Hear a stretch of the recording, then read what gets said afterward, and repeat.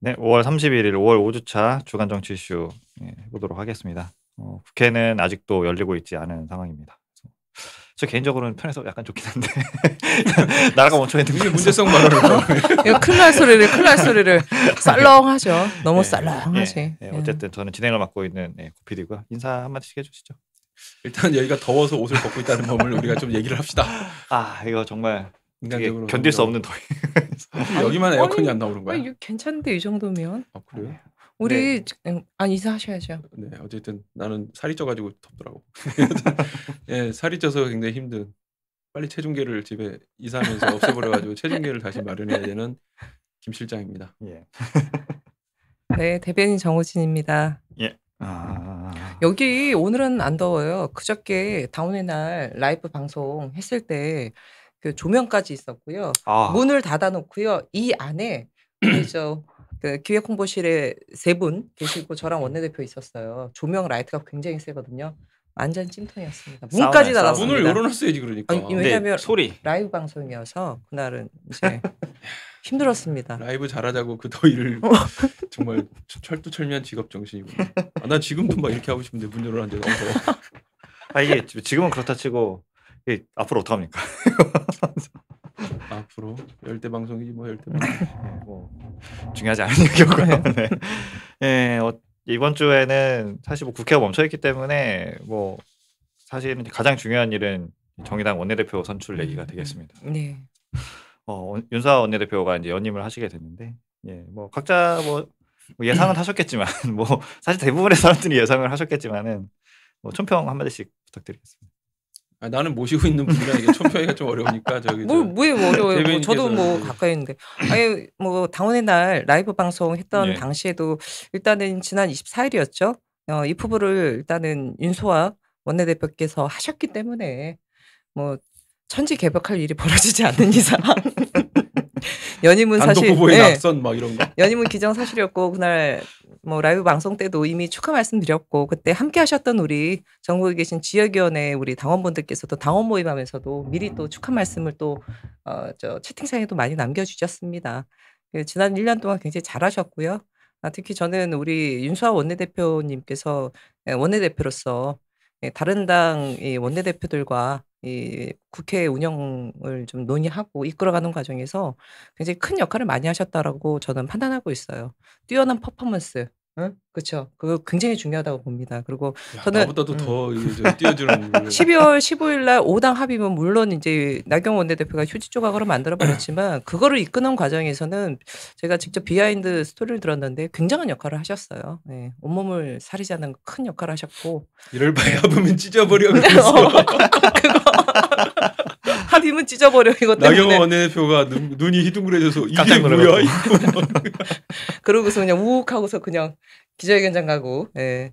그래서 앞으로 남은 1년이 또 굉장히 중요한 부분이고 언론에서도 많이들 주목하고 관심 갖는 부분이 국회 정상화뿐만 아니라 이제 내년도 또 총선을 새롭게 선출되는 5기 당대표 및 지도부와 함께 이끌어야 된다는 점에서 뭐 큰 역할 하시리라 기대합니다. 네, 뭐 저는 뭐 이제 모시고 있는 입장에서 사필 기정이다. 뛰어난 영도력으로. 그 방금 이제 정호진 대변인 말씀하신 대로 이렇게 협상을 상당히 잘하시는 분이에요. 그러니까 이게 너무 복잡하게 머리를 이렇게 쓰지 않고 이게 옳으면 하는 거지 뭐 왜 이러는 겁니까? 막 이런 스타일이어가지고 이게 정치라는 게 명분이 중요한데 그 약간 그 4달러 스타일 협상 아닙니까? 나는 4달러. 우리 국민 지금 소득이 얼마인데 4달러. 그리고 또 요즘은 가만히 얘기를 들어보면 목포에서 인기가 좋아지셔서 상당히 여론조사로도 돌풍을 일으키고 있다는 그런 얘기가 있습니다. 지난번 특히 뭡니까 그 한국당을 저격했던 그 연설 이후 뭐 이런 3분 퇴장? 3분 퇴장, 3분 짜장이 아니라 3분 퇴장 그걸로 이제 시원한 얘기했다. 그리고 알아보시는 분도 많고. 어제 원내대표님 선출되고 나서 이제 각 당 원내대표들 만나는 자리 있었는데 어제 그 나경원 원내대표 만난 게 또 화제가 됐더라고요. 그렇죠. 예, 그 각종 언론사에서 그 영상 많이 찍어가지고 많이 지금 돌고 있는데 야 어제도 말씀 잘하셨어요. 확 찔렀잖아 그 3분 그거 3분 대전. 인사 말씀하시니까 3분 만에 나가신 거 아니시죠? 그럼 대통령 하고 싶은 거 아니냐고 이런 얘기 막 찔르고. 느닷없이. 너무 잘하신 것 같아. 그 생각보다 순발력이 대단하신 것 같아요. 어제 그래서 저도 그 막 영상 좋아요 누르고 막 그랬습니다. 댓글 날라 그러나 말았어요. 저는 뭐 사실 저희 당이 2018년, 19년에 참 여러 가지 일이 많지 않았습니까? 그쵸. 복잡한 일이 많은데 그때 또 뭐 좀 예상치 못하게 원내대표를 맡으셔갖고 하셨고, 근데 그러면서 1년을 참 잘 하셨다고 생각이 들더라고요. 그 1년을. 그래서 그리고 또 초선인데 예. 만만치 않죠. 우리 김 실장님. 네. 계속 자리가 유지되신 거죠? 아유 참 뭐 이런 거 정무직이니까 이거 이렇게 그렇죠. 임기를 같이 하는 거기 때문에. 네. 원래 작년에 사실 노회찬 원내대표 돌아가시고 나서 사직서를 냈었어요. 예. 왜냐하면 저는 이제 노회찬 원내대표가 이제 이렇게 같이 했던, 근데 이제 우리 윤석열 원내대표께서 나하고 일하는 거 싫어? 아니 그거 아니라 이게 좀 이렇게 그래도 스타일이 맞으신 분 해다 에이 나랑 같이 해 뭐 이런 식으로 해가지고 하는 건데, 아니 좀 죄송하지. 나는 그냥 그대로 원내대표 비서실장은 그대로 있고 원내대표님들만 이렇게 되신 상황이라 좀 죄송하죠. 예.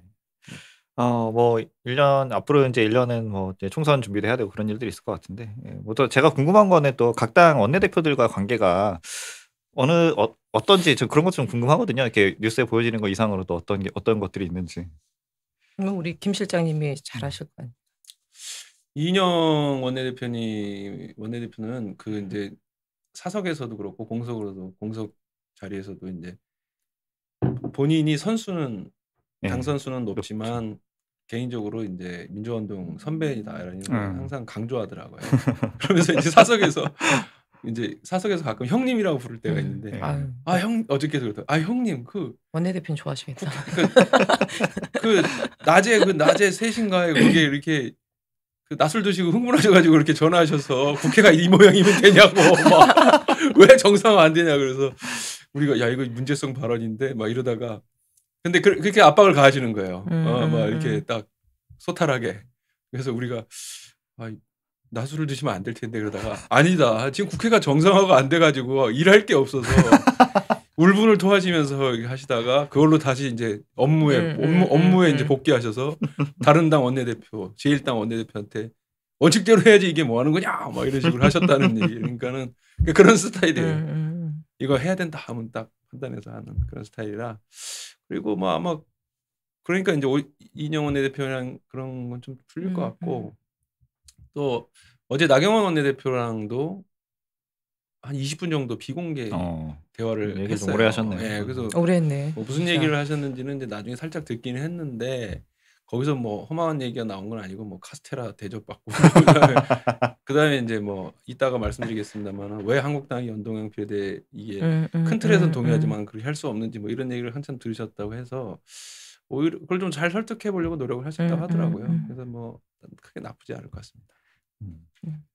뭐 다른 오신환 원내대표라든지 뭐 이승합 대표라는 오신환 대표는 뭐 우리가 최초에 한번 짚었지만 이렇게 나름 합리적이라고 좀 평가가 되는 인물이거든요. 그런데 이제 당이 처한 상황에 따라서 또 상당히 복잡할 텐데 어쨌든 이렇게 막 머리를 막 이렇게 희한하게 쓰는 그런 스타일이 아니니까 좀 대화가 되겠죠. 머리를 희한하게 쓰는 스타일은 예를 들어 누구를 지칭하는 겁니까? 많습니다. 그런 분들 되게 많아요. 유석열 원내대표는 뭐 한 말씀. 유석열 원내대표는 어찌 보면 우리 윤석열 원내대표님보다 더 직설적이에요. 뭐 그냥 그 자리에 있는 얘기 지난번에 자 이제 모두 발언 하셨으니까 좀 이렇게 비공개로 이렇게 좀 은밀한 말씀, 친밀한 말씀 좀 나누시겠습니다. 내가 기자들한테 그랬더니 비공개로 할 게 뭐가 있어? 은밀할 거 하나도 없어. 그냥 앉아있어요. 그런 스타일. 그러면서 막 다 해. 그래서 그분도 다 컸어. 뭔가 이 여러 가지 협상을 해야 되는 이 그 국회의 상황 아닙니까? 오히려 더 나을 수도 있겠다는 생각이 드네요. 저는 약간 좀 그런 느낌은 들었어요. 이전에는 약간 좀 점잖고 그런 분도 계셨잖아요. 뭐 예를 들어 장병원 원내대표님 같은 경우는 좀 그냥 그런 이미지가 강했는데 이번에 좀 역동적인 분들이 좀 많이 있는 것 같아요. 네네. 그렇습니다. 그리고 이인영 대표랑은 보면은 뭔가 약간 우리 윤서 대표랑 약간 이미지가 비슷하지 않나요? 그 두 분 딱 앉아 계시면. 이인영 원내대표가 살이 조금 더 빠지고 그다음에 이제 안경 써? 한 몇 년 지나면 비슷하잖아. 네. 사실 원내 별 일이 없어서 이런 걸 좀 얘기를 해봤고요. 그래서 사실 준비를 해봤습니다. 이제 황교안 대표 얘기를 해보고 싶어서 인간 탐구 황교안 이렇게 부제를 붙여갖고 준비를 해봤는데 최근에 이제 민생 대장정도 완료를 하시고 이제 뭐 이제 국회로 복귀를 한 그 자유한국당이 이제 돌아오느냐 마느냐 이런 입장에 처해 있는데 그래서 한번 좀 짚어보고 싶었어요. 민생 대장정에서의 좀 여러 어떤 뭐 이슈나 말들도 있었고. 그래서 뭐 기본 정보 같은 것들은 이미 너무 유명하신 분이니까 다 아실 거고 이제 57년생이시고 이제 성균관대학교에서 법학을 전공을 하셨는데 프로필까지 다 정리해 오셨구나. 근데 제가 프로필 보다가 이거 이래서 그랬구나라고 생각했던 거는 침례신학대학교 신학대학원을 나오셨더라고요. 그래서 이렇게 덕실하시구나. 전도사 아닌가요? 그렇죠. 지금? 네, 전도사입니다. 전도사를 하기 위해서 신학대학원을 갔나 보네. 네, 그래서 대박이다. 전도사예요. 그렇구나 생각이 들었어요. 근데 너무 요즘에 최근에는 종교색을 너무 드러내시는 거 아닌가 싶기도 한데. 그렇죠. 어쨌든 뭐 이분이 이제 총리 시절에도 그랬지만은 이렇게 권한대행 시절에도 그랬고 의전이나 이런 거에 좀 구설수가 많이 있었잖아요. 그런 것도 있고 뭐 그 시계 만들고 뭐 이런 것 때문에도 있었고. 예전에 KTX 승차하는 것 때문에 차 밀고 차 밀고 들어가서 들어간 그 것도 앞에서 있었고. 그랬던 적도 있죠. 뭐 민생 대장정도 그렇고 최근에 이제 여러 가지 말들이 있었는데 어떻게 보이시나요? 이게 좀 민생 대장정이 효과적이었다라거나 아니면 좀 어떤 의미로 봐야 될까요? 저는 이제 개인적으로 이제 들은 얘기가 그러니까 황교안 대표에 대해서 이제 초기에 칭찬하는 내용들이 좀 있었어요. 그건 이제 같이 일했던 직원들이 그러니까 정부에서 일했던 직원들이겠죠. 총리하고 뭐 법무부 장관 할 시절에 뭐 그다음 날 아침에 보도 자료를 내야 된다. 그러면은 보도 자료가 아니죠. 업무 지시사항 같은 걸 이제 뭐 문자라든가 이런 걸로 보낼 때 보통은 뭐 새벽 뭐 한 6시 뭐 7시 이렇게 보내는 경우가 있으면 되게 그걸 받는 직원들은 되게 불편한데 이 황교안 대표라는 사람은 그걸 뭐 항상 이렇게 예약을 9시에 걸어서 그래서 이제 9시에 대체로 지시가 내려오거나 해서 그거는 되게 이렇게 미담처럼 이렇게 나오는 건 있더라고요. 근데 그거는 나는 이제 뭐 그게 사실이란 걸 전제로 해서 인정해 줄 수 있다고 생각하는데 이번 과정을 거치면서 이 사람의 큰 문제는 뭐냐면은 일단 잘 모른다는 거예요. 시리즈도 나오고 있습니다. 한편 모른다 시리즈. 현실을 정말 뭐 민생 현장은 지옥이었다?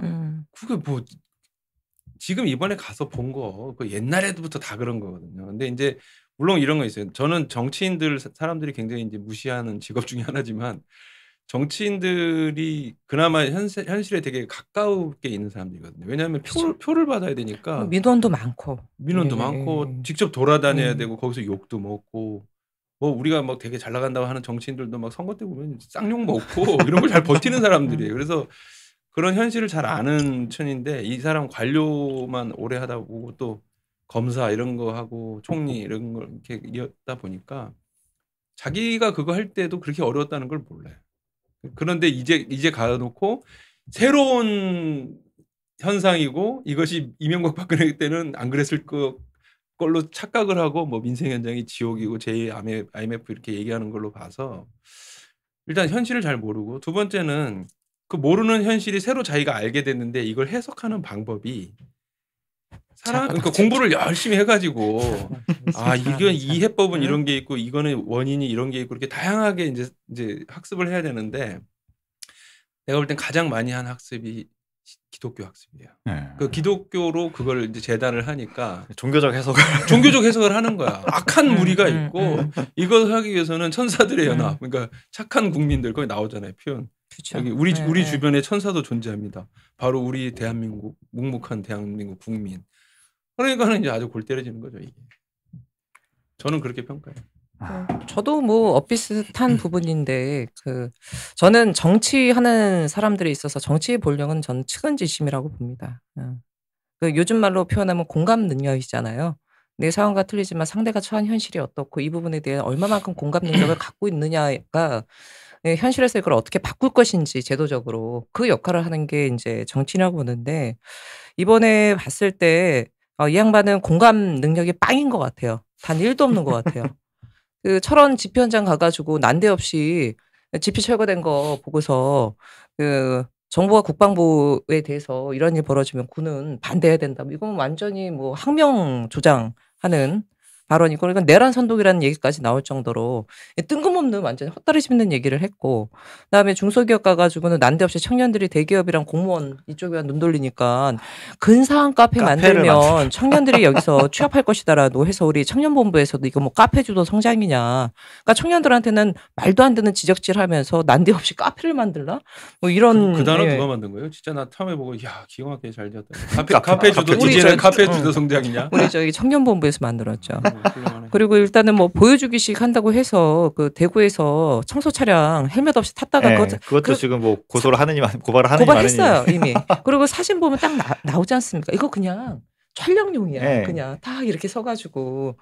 그래서 공감 능력은 없고, 그러면서 사실 보여주기만 하다 보니까 내놓는 대안 자체가 얼토당토하는 완전 뭐 황당무계한 부분을 얘기하기 때문에 과연 이 사람이 제대로 민생 현장에 대해서 알고 있는지 모른다라는 부분에 저도 전적으로 공감하고, 가는 곳곳마다 구설과 그다음에 민폐만 남긴 대장정이었다. 근데 이제 뭐 민생 대장정 하더니 이제 또 정책 뭐 투어 하겠다라고 하는데 계속 밖으로 돌겠다는 얘기인가? 그러면서 그거 내걸었잖아요. 패스트트랙 관련돼서 철회, 사과, 나경원 원내대표 얘기가 똑같이 했습니다. 그래서 아마 뭐 지금 뭐 장기화가 되냐 아니냐, 지난주에도 저희가 그런 얘기를 했는데 저도 한마디로 황교안 대표가 계속 저러고 다니면요, 밑장이 너무 금세 드러날 것 같습니다.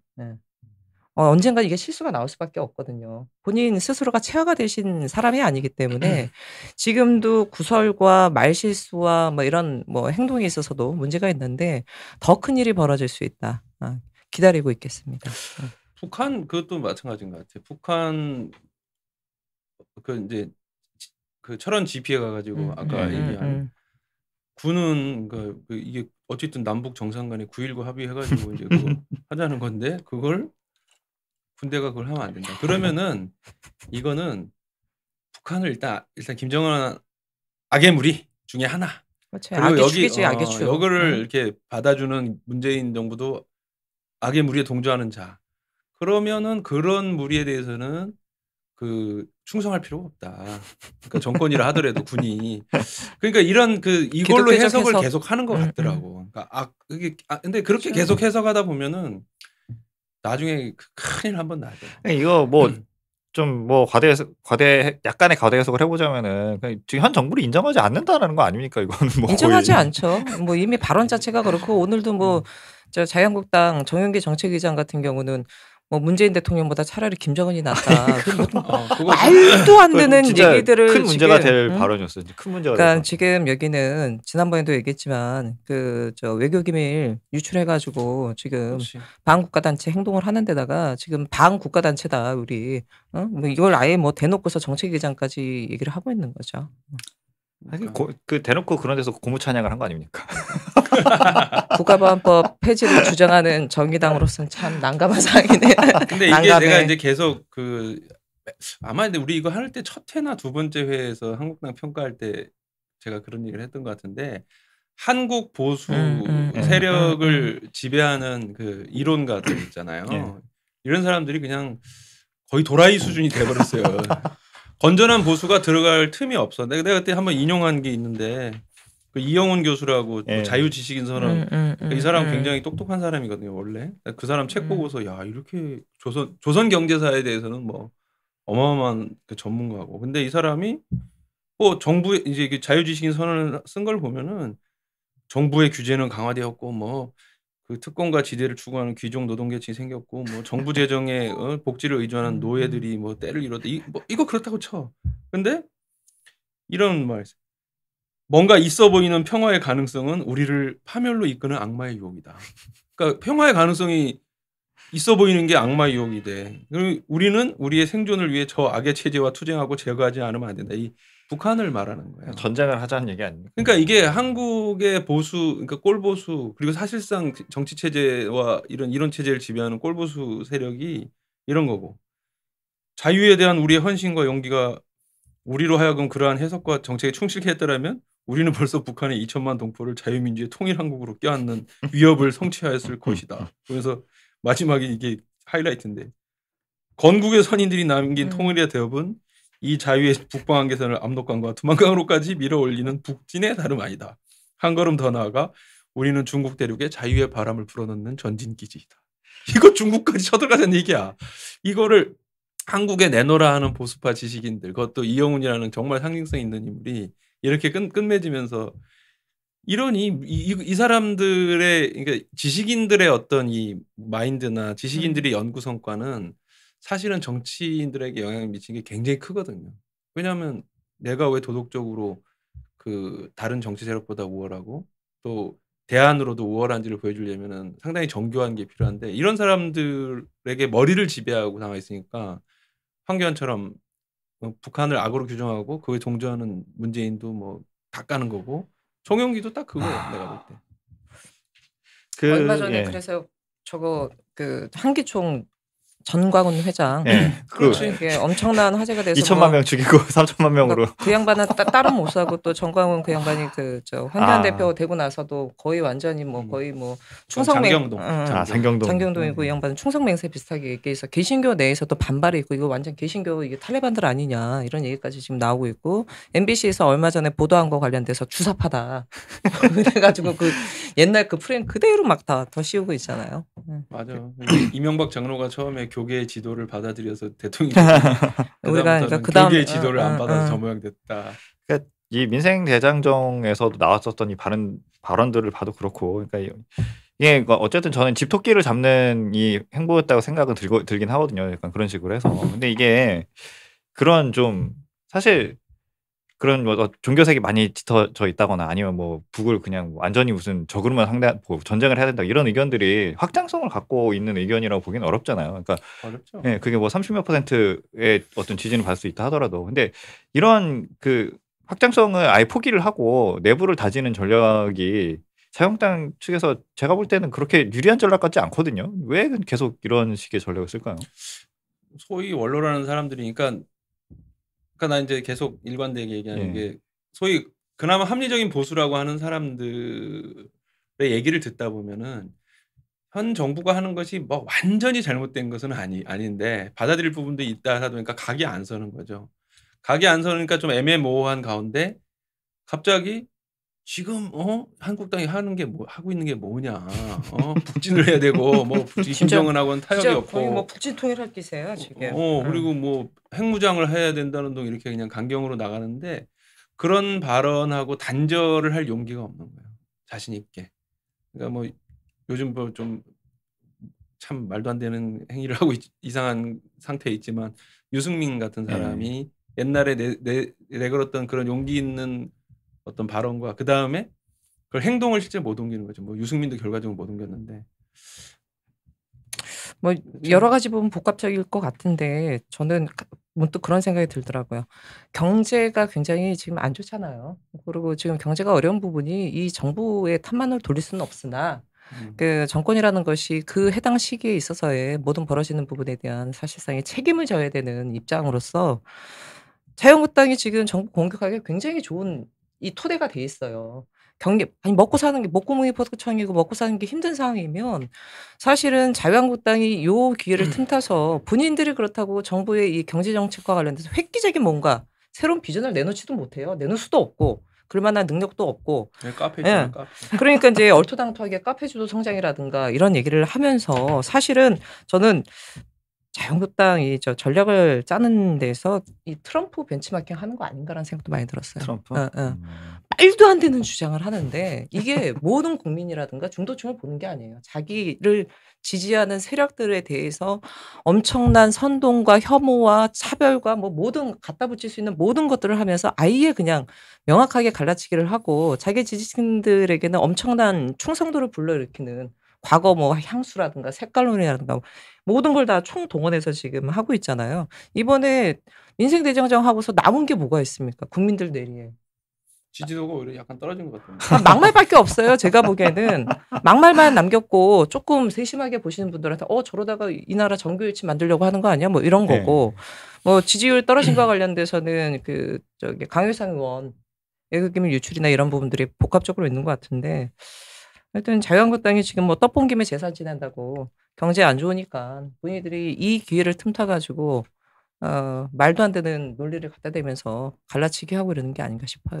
저는 그런 측면에서 그 자유한국당의 어떤 그 강경 보수로 이제 좀 더 이렇게 마우스가 큰 사람들이 황교안을 지지를 할 수 있다고 생각이 드는데 그래도 나는 보수이지만 그 합리적 보수 정도가 되고 싶다 이런 그 보수층들도 꽤 있잖아요. 사실상 그게 더 많다고 볼 수도 있을 텐데 뭐 드러나지 않아서 그렇지. 근데 이런 사람들에게 황교안이 그 대선 후보까지의 어떤 이 뭐랄까요, 그러니까 매력이랄까 이런 거를 좀 발휘할 수 있을까요? 이런 식으로 계속해서 좀 강경 메시지만 계속 나간다면 그렇게 되려면 굉장히 좀 현실에 대한 고민과 그리고 좀 경험과 그리고 대안에 대해서 이제 열린 자세를 가져야죠. 근데 그런 게 없으니까 뭐. 그리고 저게 중요하잖아요. 황교안 대표 체제로 되면서 지지율이 올라갔어요. 지지율이.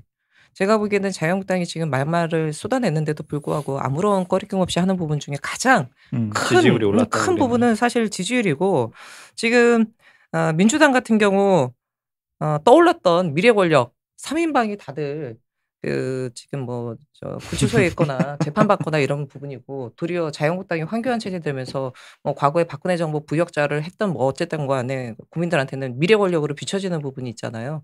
이게 지지율 상승에 상당 부분 영향을 작용한 것 같은데 문제는 대선까지는 아직 시간이 많이 남았다. 한 3년이 남았다. 그리고 이 시기가 결코 짧지 않기 때문에 저는 여러 가지 변화무쌍한 일들이 벌어질 수 있다. 저는 약간 그런 생각이 들거든요. 황교안이 정말 뭐 이렇게 매력이 있고 이 사람은 꼭 대통령을 만들고 싶고 이래서 지지를 한다기보다는 나올 사람이 없는 거 아닌가 지금 현재 뭐 두드러지게 보이는 사람이 미래 권력이 없으니 지금 여기밖에 안 보여요. 두드러지는 사람이 없으니 그냥 이렇게 모여 있는 거 아닌가라는 생각이 들거든요.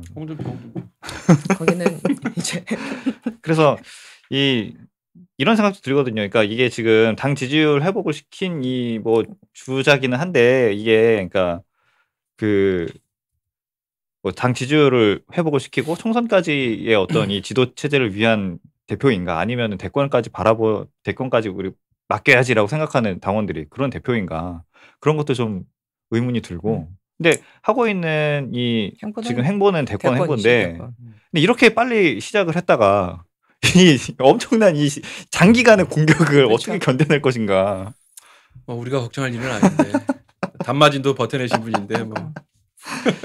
진짜 그 GP 갔을 때도 많은 분들이 얘기했지만 우리가 모병제를 주장하는 정당으로서 진짜 그걸 공식 브리핑 담지 못했지만 확실히 그 안 갔다 오신 분이라서 너무 좀 그렇더라고요. 그러니까 좀 어색하고 그냥. 그나마 좀 합리적인 생각을 하는 보수라면은 되게 좀 실망스러울 것 같거든요. 이게 몰랐다 시리즈 같은 거 봐도 뭐 교회만 나가서 불교 몰랐다 뭐 이런 거나 그 저기 우리 창원에 있을 때도 축구 규정 몰랐다 뭐 이런 거 아니 다 뭐 일만 터지면 몰랐다예요. 그건 나경원 원내대표도 그래요. 뭐 맨날 몰랐다 그러잖아. 돈노왕 앞으로 별명을 아니 무슨 자유대 행사 모르고 갔다고 그러고. 그리고 사실 박근혜 수임 번호 모른다. 아는 게 뭐야 도대체. 배신자 느낌 아니니까 이거. 아는 게 뭡니까. 돈노 황교안. 그 이런 좀 일찍 등장해서 망했던 또 사례가 있지 않습니까?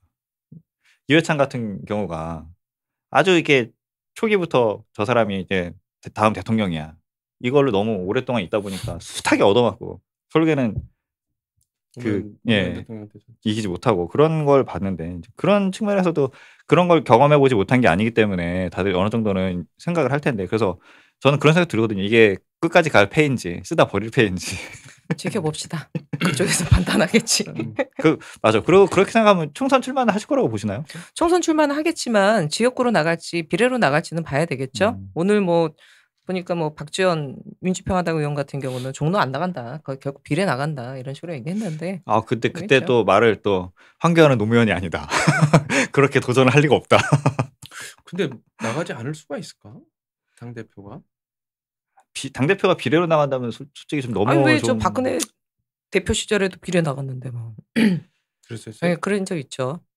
비례 나간 적 있어요. 저기 누구야 민주당에서도 그때 그 비대위원장 김종인 그러니까 비대위원장. 김종인 비대위원장은 그거는 셀프였고 우리가 비대위고. 누구나 알듯이 지역구하고는 네. 상관없는 사람이니까. 근데 이제 큰 정치를 하려고 하는 그런 입장에서 보면은 이제 어쨌든 어느 당에 가장 특히 이제 보수 정당은 국회의원들이 중요하니까 국회의원들이 인정하는 사람이 돼야 되는데 그렇게 인정이 되려면 이미 인정이 돼가지고 저 사람 굳이 지역구 안 나와도 돼.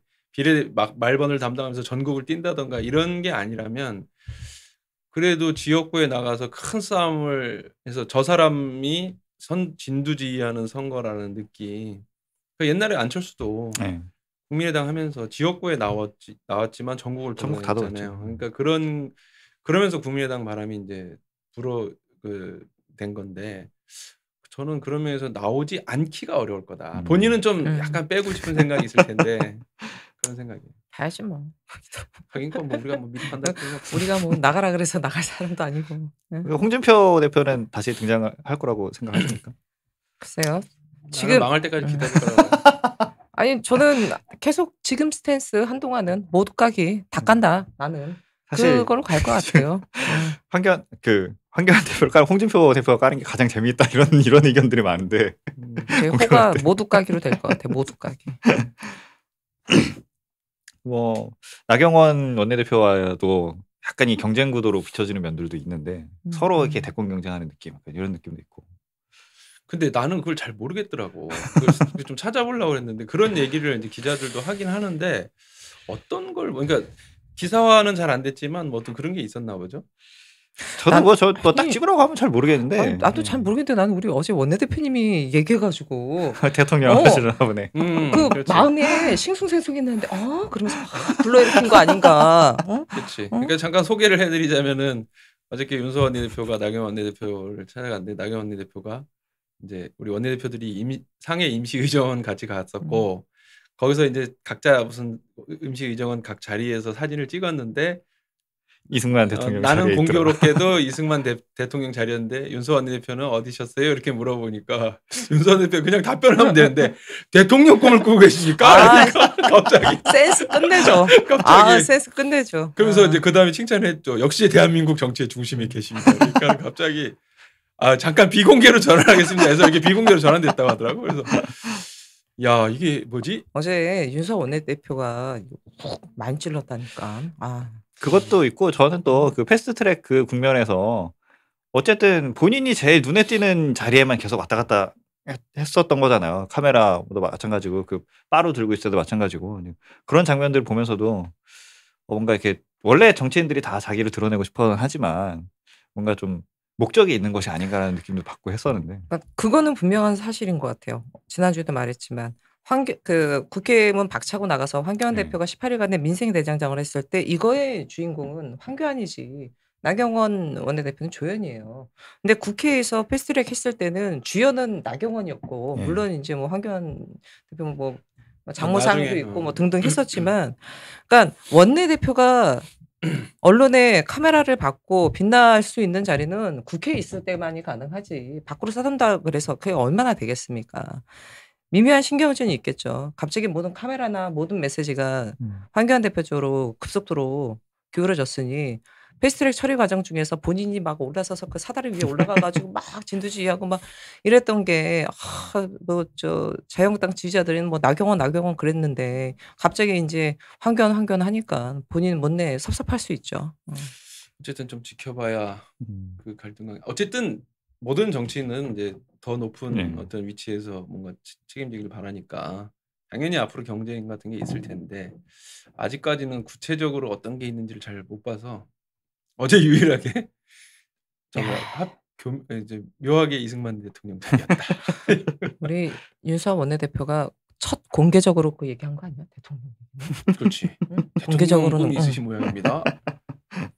나중에 뭔가 제 주목받는 발언이 될 수도 있겠어요. 혹시 뭐 어제 모르지만. 많이 나왔어요. 영상이 많이들 돌더라고요. 아니, 근데 그러니까. 뭐 이승만 대통령을 그렇게 하고 그래. 나는 뭐 물론 뭐 그것도 똑같은 거야. 어쨌든 공산화를 막아내서 6.25 때 그걸 막았다 뭐 이런 건데 아니 뭐 어쨌든 결과적으로 본인의 입으로 말한다는 게 결과적으로 4.19 통해 가지고 독재자로 말로를 쫓겨났잖아. 쫓겨났잖아. 뭘 그렇게 띄우는지 이해가 안 가요. 쫓겨났어. 뭐 나경원 대표 얘기가 나와서 말인데 이제 한국당의 연동형 비례대표제는 그쪽 이제 대안을 마련해달라 뭐 이런 말들이 있었잖아요. 근데 그런 게 다 지금 다 멈춰 있지 않습니까? 아무것도 안 되고 있는 상황인데 대안도 진행도 멈춰버린 상황인데 자유한국당은 이 연동형 비례대표제에 대해서 어떠한 생각을 갖고 있는 건지 뭐. 이거는 제가 그냥 간단하게 오늘 주제로 다뤄보자 해서 잠깐 얘기하는 건데 좀 재밌는 얘기여가지고 우리가 좀 고민해봐야고 생각해봐야 될 주제인 것 같아서 간단하게 말씀드리면은 어제 이제 윤수아 원내대표가 이제 비공개로 나경원 원내대표 인사하고 이제 비공개를 한 20분을 가졌어요. 우리는 비공개 같은 거 안 할 줄 알았는데 그 비공개를 20분 했는데 굉장히 긴 시간. 근데 거기 그 자리가 무슨 나쁜 자리가 전혀 분위기가 아니었고 우리 뭐 만나면 나쁜 자리인 거라고 생각. 아니 원래 사이가 안 좋았으니까 막 계속 뭐라고 했으니까 그래서 20분 동안 문 걸어잠그고 싸워 막.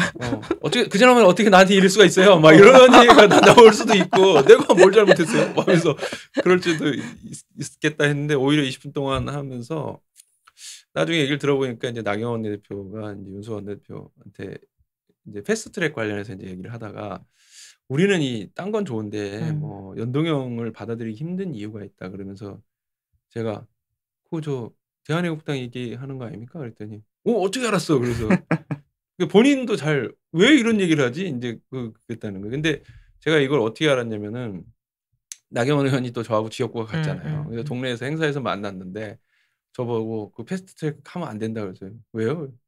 우리는 대한애국당 때문에 그거 하면 큰일 나. 그래서 나 이제 이게 표를 갉아먹는구나 이런 얘기인 줄 알고 아니 그렇게 따지면 우리도 표가 녹색당, 노동당, 뭐 민중당 이런 데 다 있어가지고 우리도 막 나눠지는데 그래서 그런데 우리도 하지 않냐라고 얘기하려고 했는데 갑자기 나경원 대표가 말을 자르더니 그러니까 거기도 문제잖아. 거기도 하지 마. 막 이러는 거야. 그래서 이 사람이 좀 약간 뭐 이런 이상한 말씀을 하고 있어 그랬는데 나중에 곰곰이 와서 생각을 이제 좀 해본 건데 만약에 이제 올해 이제 모든 정당은 공천 물갈이를 합니다. 그리고 공천 물갈이를 잘하는 정당일수록 이게 지지율이 올라가죠. 지지율이 높아져요. 왜냐하면 희생양도 필요하고 혁신하는 모습을 보여야 되니까.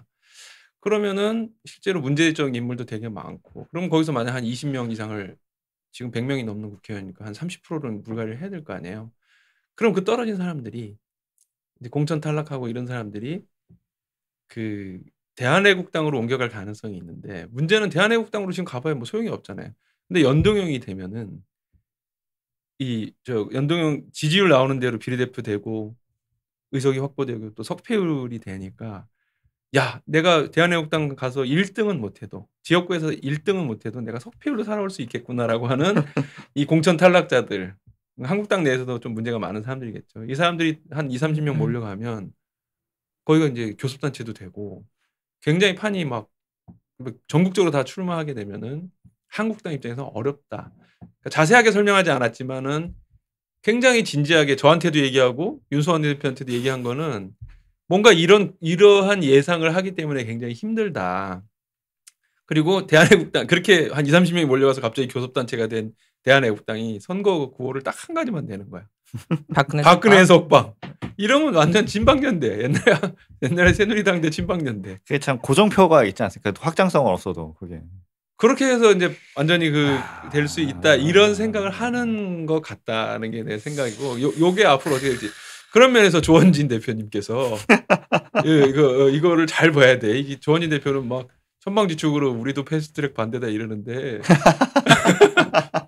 그러지 말고 한국에서도 이렇게 당신들 같은 정당도 우리는 뭐 바라지는 않지만 여하튼 뭐 자기 목소리 낼 수 있고 또 좀 급진 좌파도 자기 목소리 낼 수 있고 다양한 세력이 들어와서 할 수 있으려면 저 패스트트랙이 돼야 됩니다. 연동형이. 특히 저는 그 얘기를 들으니까 사실 뭐 다른 지역은 대한애국당이 간판을 달고 나온다는 게 사실 무소속으로 나오는 것보다 얼마나 더 이득이 있을지 잘 모르긴 하겠는데 확실히 경북 지역은 경북은 도움을 받겠네요.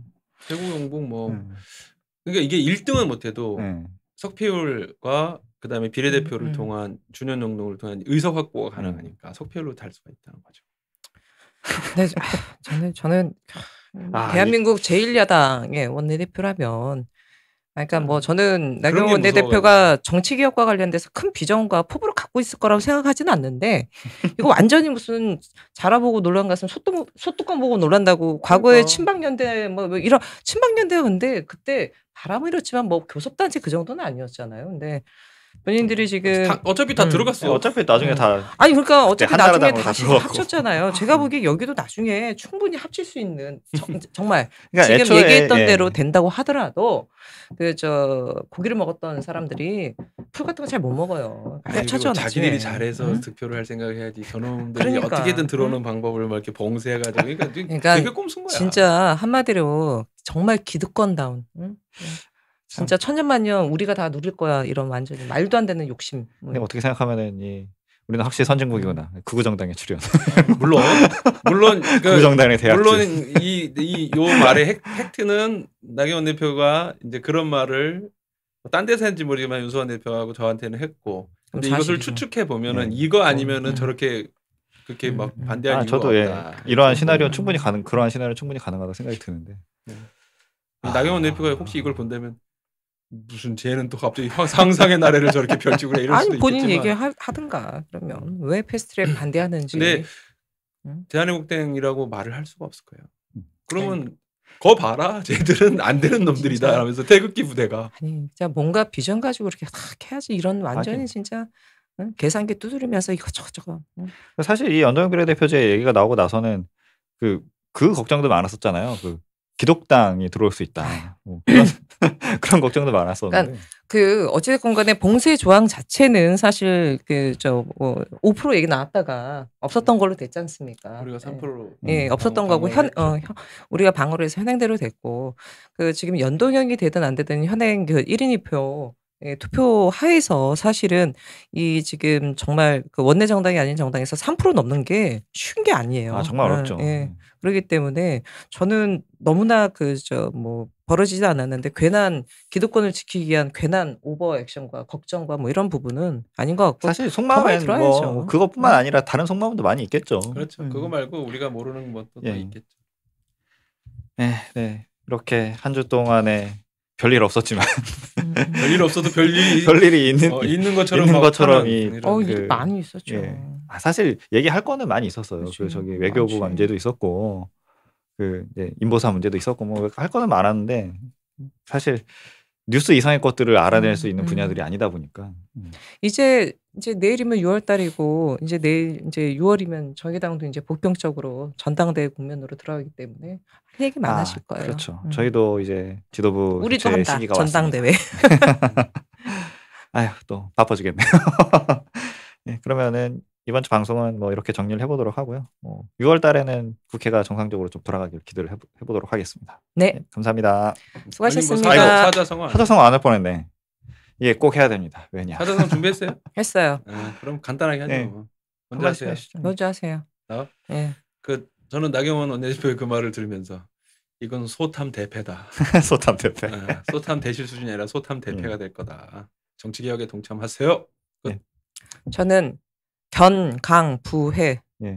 발음이 조금 어렵긴 한데요. 너무 정통으로 나가는데? 아니 나 지난번에 너무 얼토당토 얘기했더니 이거 사저상문가? 막 이래가지고. 나도 엉거주춤했는데. 그러니까 견강부회가 그거죠. 가당치도하는 논리적으로 이체도 맞지 않는 가당치도 하는 말을 억지로 끌어들여가지고 자기 주장 막 주장하는 건데 이거 딱 자유한국당 지금 자유한국당이 외교기밀 유출도 그렇거니와 과거의 성폭력 문제든 뭐든 있으면 다 야당 탄압이래. 자기네들 잘못해놓고 자기네들 잘못해놓고 말도 안 되는 억지 주장을 야당 탄압이라는 경강부의 자유한국당. 어거지짱으로 하지 그냥. 어거지짱? 좋네. 어거지짱. 저는 최석 대변인이 이제 참석을 못하셔갖고 저한테 요것만 보내주셨는데 일단 이게 원본입니다. 이 황가극구. 어디에다 보여줘야 되는 거야? 여기다 예, 보여줘야 돼. 예, 황가극구. 그래서 황폐한 집과 나라라는 뜻이라는데 이것을 이제 자유한국당 황교안에 빗대서 이렇게 앞에 글자를 바꿔서 이 황교안의 세력들이 나라를 급하게 만든다 이런. 예. 참 머리 좋은 것 같아. 고민 많이 했어. 예. 열심히 먹고 사는 사람. 열심히 준비를 해오셨기 때문에 이 참 황교안 대표 뭐 그래서라도 황교안 대표의 좀 일정들 한번 짚어봤는데 뭐 오늘 방송 이렇게 끝내도록 하고요. 예. 네.